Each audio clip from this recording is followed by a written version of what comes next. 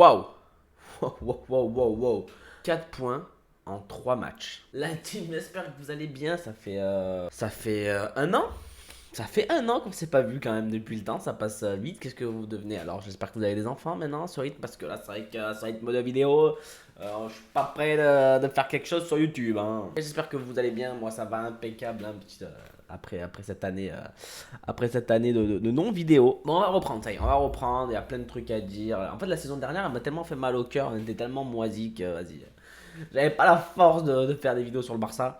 Et le Real, il gagnait tout à la 95e aussi. C'est bon, Bellingham qui marque du genou, qui marque du coude, qui marque du nez, j'en avais plein le cul, ça m'a gonflé. Donc bon, vas-y. Nique sa mère, la saison dernière, pas de vidéo. Je vous jure, cette année, il y aura des vidéos régulièrement, tout le temps, sur les matchs, les rediffs, les débriefs. Il y aura tout, il y aura tout. Il y aura tout, on va déjà commencer à parler de ce début de saison quand même. Parce que bon, 4 points en 3 matchs, hein, comme je l'ai dit au début, 4 points en 3 matchs, 2 matchs nuls contre Mallorca, Las Palmas, une victoire face à Valladolid, je crois. Mais même face à Valladolid jusqu'à la 50e, enfin, Valverde débloque le match, mais même après le but de Valverde qui était vers la 50e, je crois, c'était 1-0 tout le match et avec des buts en fin de match, 80, 88, 96, je crois. C'est dur le Real, hein. C'est très dur. Mbappé, c'est très très dur. Vous voulez nous faire croire ce que vous voulez, les supporters madrilènes. On voit les choses. Et ça a été prévenu par plusieurs personnes, hein. On n'en doute pas qu'Mbappé soit un très bon joueur de foot. Selon moi, c'est plus le Mbappé déjà qu'on a connu à l'époque. Et selon moi, on a tellement été habitué à avoir des joueurs d'une constance sur plusieurs années, comme Messi, comme Ronaldo, j'ai envie de dire même comme Neymar, malgré les blessures, dès que Neymar jouait, il a toujours été très très fort. Neymar a toujours été très très bon dans les matchs. Comme Suarez qui a été bon quasiment toute sa carrière au Barça aussi, comme plein de joueurs, plein de joueurs. Lewandowski qui a toujours mis beaucoup de buts dans toute sa carrière, Benzema qui a toujours été bon dans toute sa carrière. Bref, il y a quelques footballeurs qui se démarquent du lot, mais c'est très rare quand même, très très rare. Et avec Mbappé, c'est un très bon joueur de foot, mais comme un très bon joueur de foot normal qui a une carrière de prime, on va dire, de 3 à 5 ans. Mbappé, c'était ses années au PSG, surtout à ses débuts où il était très très fort. Après la Coupe du Monde 2018, où ils vont en finale de LDC avec Paris qui la gagne pas, où ils font des demi face à City, ça se passe à pas grand chose, mais ça gagne pas. Pour moi, c'était là les meilleurs instants du PSG et d'Mbappé. On va parler que d'Mbappé. Il est allé au Real. C'est un bon coup pour le Real. Le mec, il revient à zéro, il lui paye juste le salaire, ça va être rentabilisé par plein d'autres choses. La vente de maillots qui va aussi beaucoup faire gagner de l'argent, je pense, au Real. Mais bref, c'est l'aspect sportif qui t'intéresse. Après, en tout cas, nous, supporters, c'est l'aspect sportif. Quand on s'en bat les couilles, qu'il va rapporter de l'argent à Madrid s'il ne marque pas de but. Et là, il y a 3 matchs, 0 but. On parle quand même de Kylian Mbappé, hein. Alors, certes, la Liga est meilleure que la Ligue 1. Il faut nous faire croire ce que vous voulez, mais la Liga est meilleure que la Ligue 1. Mais quand t'es Mbappé, t'as fait du chichi pampan pour aller à Madrid, pour rester à Paris, pour avoir un meilleur contrat, pour ci, pour ça. Le réel problème, je pense, qu'il y a avec ce Madrid, que les gens nous font croire oui ou non, enfin, pour moi en tout cas, il y a trop d'ego players. Il y a beaucoup trop d'ego players. On nous fait croire que oui, mais c'est le Real, ils vont réussir à mettre ça de côté. T'as vu l'institution qu'est le Real Madrid, nanani, nanana. Un joueur reste un joueur de foot, hein. L'ego player restera un ego player. Il n'y a pas de complémentarité dans ce qu'on voit en tout cas sur le terrain.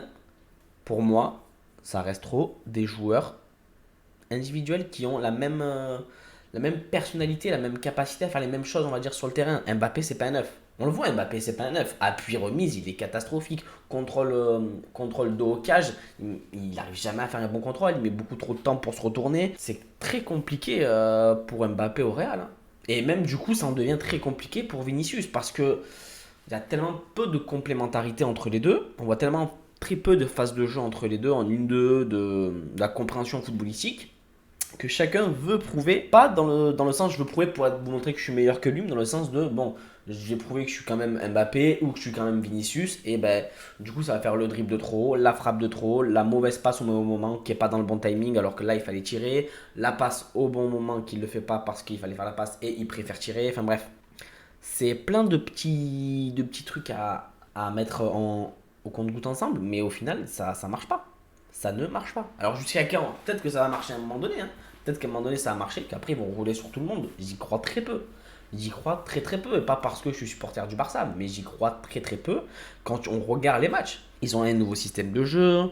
Il faut implanter un Kylian Mbappé dans un rôle qui n'est pas son rôle, mais qui préfère jouer à gauche. Donc parfois il va aller à gauche, mais Vinicius aussi préfère jouer à gauche, même s'il a été parfois axial la saison dernière.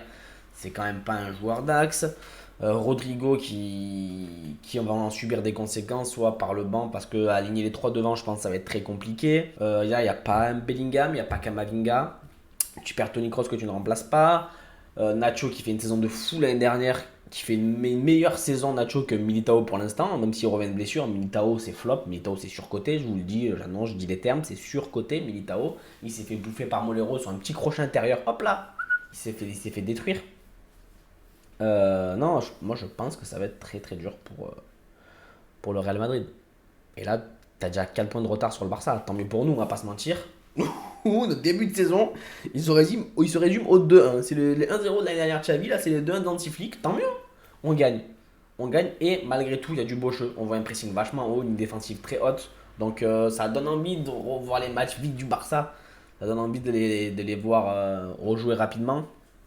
Malgré pas mal de blessures, malgré la blessure de Bernal. On va finir avec le Real et je parlerai du Barça après. Donc ouais, pour moi le Real ça va être très très compliqué.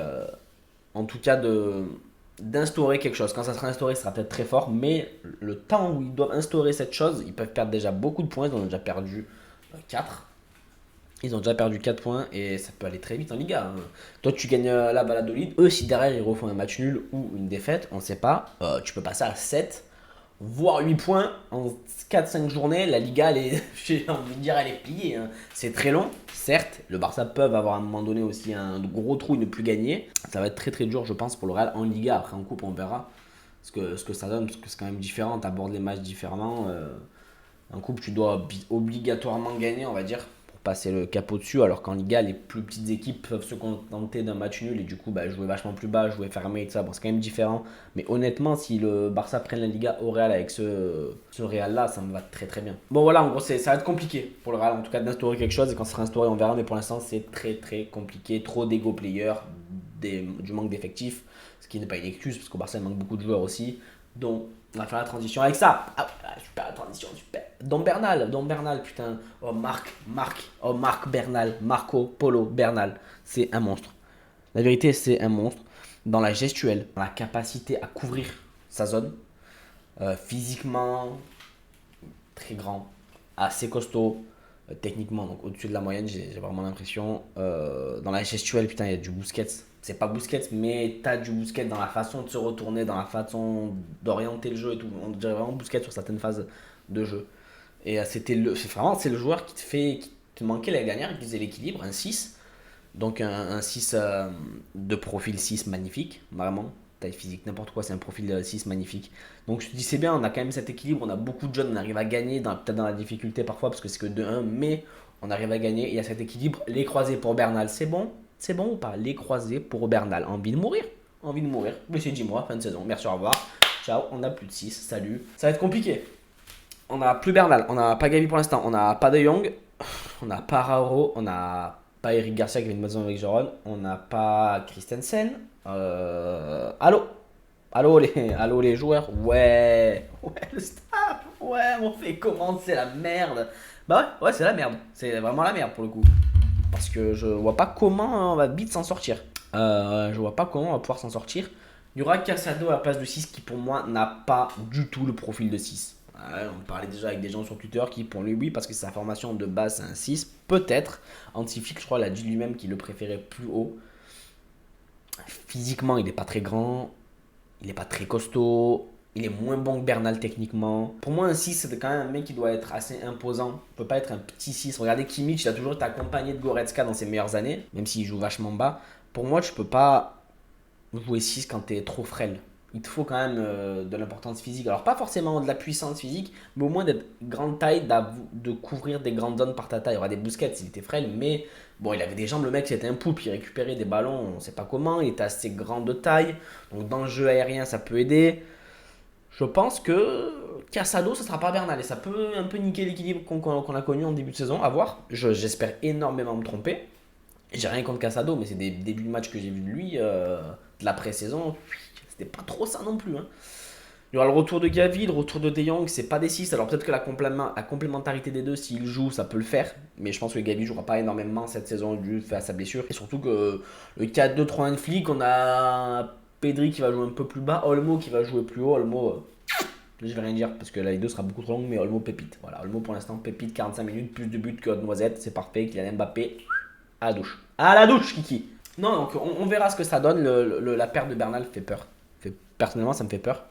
On va voir. Et voilà, et après le mercato, on va pas en parler parce que c'est quand même un désastre pour l'instant. On a perdu pas mal de joueurs et on a eu recruté Colmo. Donc pour l'instant, c'est un désastre qu'on a réussi à enregistrer grâce à une blessure de Christensen, même pas grâce au départ de Gundogan. Ça, c'est quand même. Voilà. Ah, faut le dire. Alors, j'étais pas contre. Moi, l'un des rares qui suis pas contre pour le départ de Gundogan, qui a fait une bonne saison l'année dernière, mais qui n'a pas non plus apporté grand chose à ce Barça. Et avec tous les milieux qu'on a, personnellement, et qui vont revenir, je pense que. On n'a pas forcément besoin de Gundogan. Voilà. Olmo, Fermin, Gavi, Pedri, De Jong, Casado. Voilà. On aurait eu Bernal aussi. Peut-être que ça va manquer à un moment donné. Hein. Peut-être qu'il aurait fait du bien. Mais. Gros salaire et je pense que c'était pas plus mal de le dégager, surtout qu'il a été très classe. Parce qu'il n'a pas voulu prendre d'argent ou quoi que ce soit, il a rien demandé au Barça, donc ça c'est quand même très classe de sa part qui retourne à City, donc ça va encore renforcer City comme si les mecs n'étaient pas assez forts déjà. Donc tout va bien les gars. Vous avez 48 joueurs, hein. Chaque année vous prenez tous les joueurs du monde. On est sur FUT, vraiment vous avez tous les joueurs, c'est une dinguerie. Bref, pour revenir sur le Barça et finir cette vidéo, j'ai peur, j'espère que ça va pas trop être, être un handicap. Cette perte de Marc Bernal, on verra bien. On verra bien. Les frérots, j'espère que cette petite vidéo vous n'aura plus de retour. Ça y est, bon, de retour, c'est dit, on est de retour, on est là, on va parler foot tout le temps. En tout cas, j'espère que ça vous aura plu. N'hésitez pas à repartager, parce que là, il faut refaire redémarrer la machine. YouTube va plus comprendre, donc n'hésitez pas à redémarrer, à faire partager, à nous retweeter, liker, ce que vous voulez commenter. Mettez des commentaires, je réponds à tout le monde et vas-y, ça fait un peu l'attractivité sous la vidéo. YouTube, il est content un peu, il dit ah pas mal, début et tout, début, vas-y, s'il vous plaît. Bref, les frérots, n'hésitez pas à faire tout ça et je vous souhaite une très bonne journée, soirée quand vous regardez la vidéo et on se dit à très vite. Ciao la famille.